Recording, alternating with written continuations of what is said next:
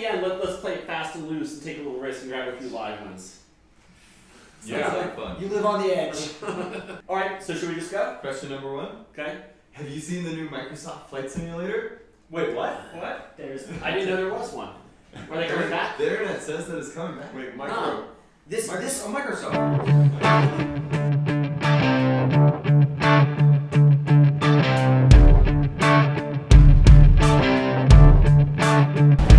Give me some space, it's about to go down. Cover your ears, it's about to get loud. It's getting loud. So many years biting my tongue. Now I'm throwing stones, I'm spitting blood. I'm spitting blood. I set a fire to the.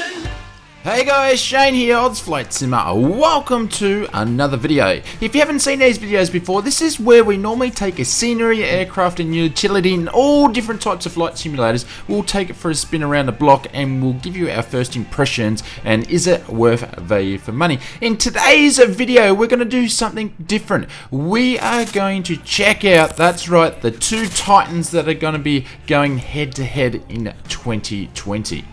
This is the battle of X-Plane versus Microsoft Flight Simulator 2020.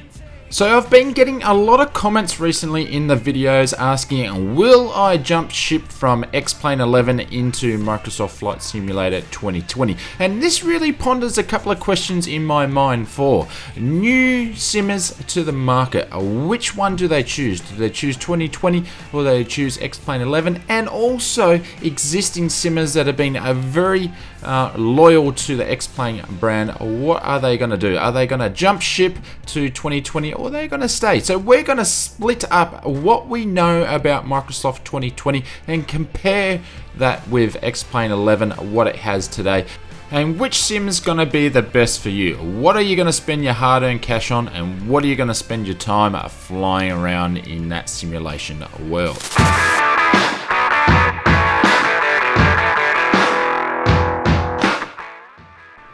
So let's start talking about worlds. We have all seen the clips for Microsoft 2020. The worlds look beautiful, absolutely amazing. They have gone and modeled the whole world, including 2 million cities, landmarks, and 45,000 plus airports. 45 plus airports, amazing. All the roads and all the mountains around the world to a very high detail. With insane those stats, that's gonna be a massive amount of data, 2 petabytes of data in fact. So you're gonna need a hard drive the size of a house. Well, not really. One of the things that they've done with this is that this is all gonna be streamed from the lovely internet down to your PC. So that's how they keep a high fidelity of the world, which is not really gonna impact your hard drive spaces. But I guess the key thing here is that Microsoft 2020 are saying all these airports and cities, not only are they in the sim, but they'll match the real world. So you can fly VFR in real life. You can even fly over your own house, they say. They have even used their assured cloud tech to generate the missing data from the Bing maps that is to use to create the world, and that gives them an extra 1.5 billion trees. 1.5 billion trees and missing buildings. This all can be streamed, like I said, down to your sim. So you're gonna need a pretty good internet connection to have the best looking sim in the world, and not all of parts of the world, especially Australia where I'm from, where the internet's basically dead. You'll still be able to stream the sim or the world down in a less accurate sim, or even you can download your local area that you want to fly around and have it preloaded in certain regions. Now all this whole world that we just spoke about is a default. This is the box edition. This is what it comes with. No purchasing extra airports or worlds within this simulator. Now, taking a look at the other side of the fence, X-Plane on the hand looks real nice. I get a big kick out of flying in the sim with very accurate worlds within X-Plane. Unfortunately, this is not straight out of the box. The sim doesn't look this way when you purchase it. It is done with a lot of third-party add-ons. You can go and get extremely high detailed from third parties such as Orbex, covering different parts of the world, or you can go and do it yourself for free if you've got the time and the hard drive space using Ortho for XP. Using sources such as the big maps, you can download the satellite imagery and overlay that on the existing landscapes. Both of those options look really great, but they do take a lot of hard drive space, and yes, it is not default. So when it comes to the battle of the worlds within the simulators, if you're a seasoned XP veteran and you have your landscapes all set up and working perfectly, you probably may stay with X-Plane. But if you're new to the flight simulator world, 2020 does offer this all without all the effort. So for the new simmers to the hobby, that's something that you may want to lean to, is 2020 for the worlds.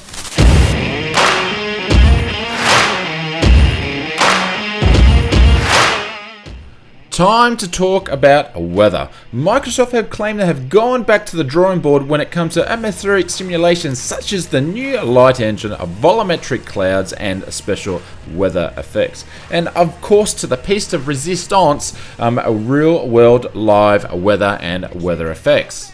This is all done by default. This all comes as a default with the sim. As an example, clouds casting shadows on other clouds with multiple layers casting shadows on the ground. Well, I'm just casted out by that opinion, but geez, it must look good.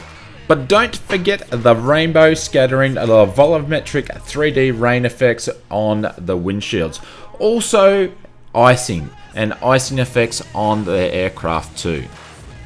2020 has a new day and a night, and also yearly cycles. They claim a night of VFR navigation can be done with a new night lighting, including roads, buildings, airports, traffic reflections. The live weather itself has 60 layers of real-time cloud data. 60 layers! And also 20 layers of all the other weather data, including wind, temperature, pressure, and humidity. Everything that you need. Time to talk X-Plane now. Now, one of the reasons why I use XP than other sims at the moment is how the aircraft interacts with the weather in the sim. It's the closest thing you can get to a real world flying, in my opinion, from any sim around at the moment. Lighting has been a strong point for XP for many years. The roads, the runways, the airports, the traffic all look great right out of the box. XP's actual real world lighting could be improved a little bit, but you can actually pick up third party add-ons such as shaders to improve this as well. But unfortunately, X-Plane's default clouds could use a lot of work. This is one of the things I think in the community that people have been talking about for quite some time. All in all, the weather in X-Plane is pretty good, but it does need a little bit of help with third-party add-ons. So you just need to get a bit of cash to get your sim to a very high level of detail in this aspect.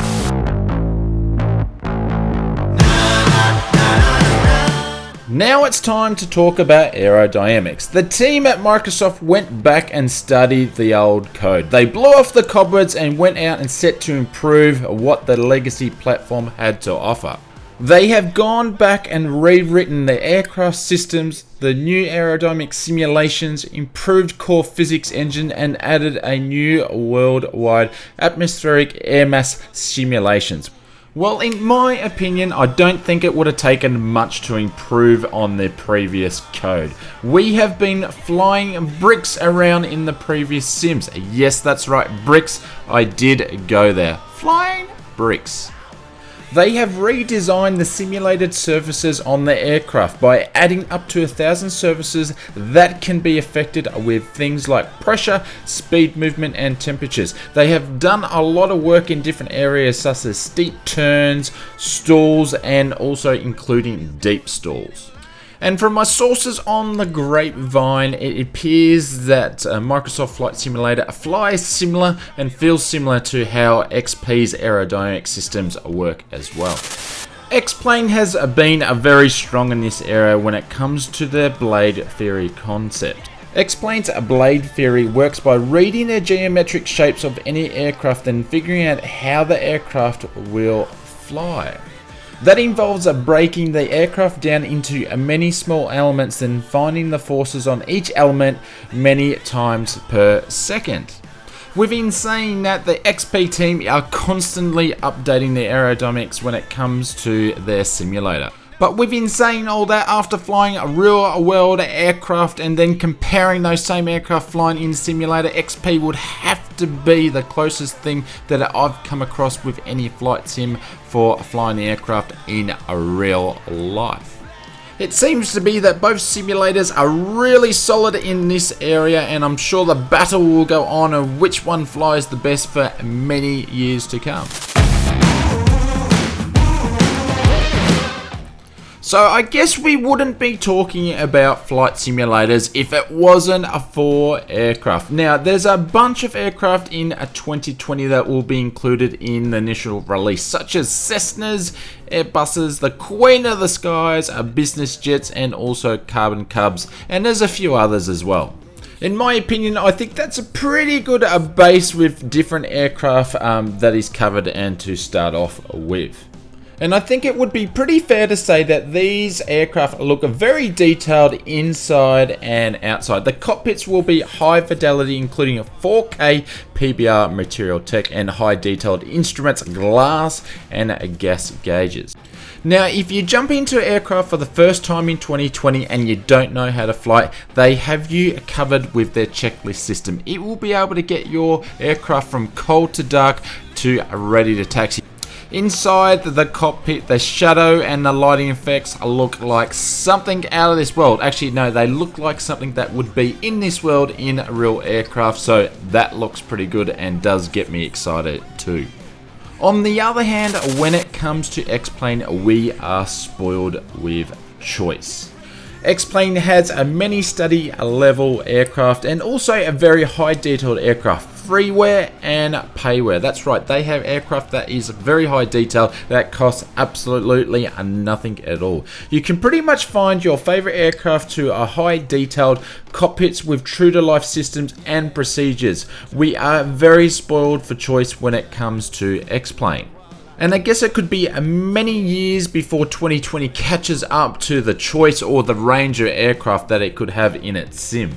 I guess it comes down to how many third-party devs will be jumping over to 2020 to develop aircraft, or how many new developers that will come on the scene that will be developing aircraft. How long will it take? Well, I guess time will tell.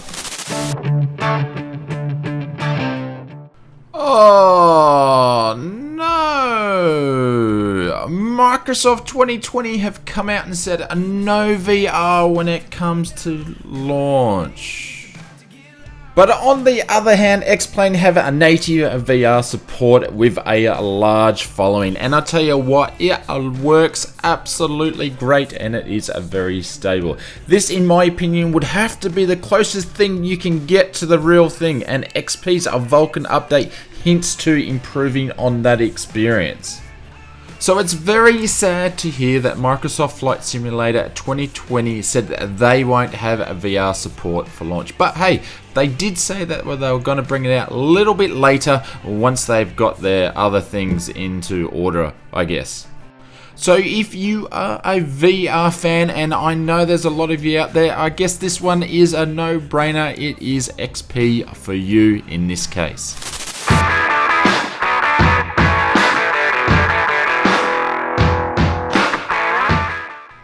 It appears it's going to be a very exciting times ahead. In my opinion, both sims have their pros and cons, but it will be the battle of the simulators between these two, Microsoft Flight Simulator 2020 and X-Plane. And it's going to be us as the Flight Simmer community will be the true winners when it comes to the outcome of this one. Competition creates amazing advances in new technologies. So over at the Oz Flight Simmer channel, we'll be keeping a close eye on these two simulators and watching their development. So more content to come. So if you liked the video, please smash that blue thumbs up button, subscribe for more content, and please drop a comment in below is what simulator will you be flying in 2020. We have got more flight simming content on this channel, so stick around and I'll leave one of my other favourite videos up there and I'll see you over at that one.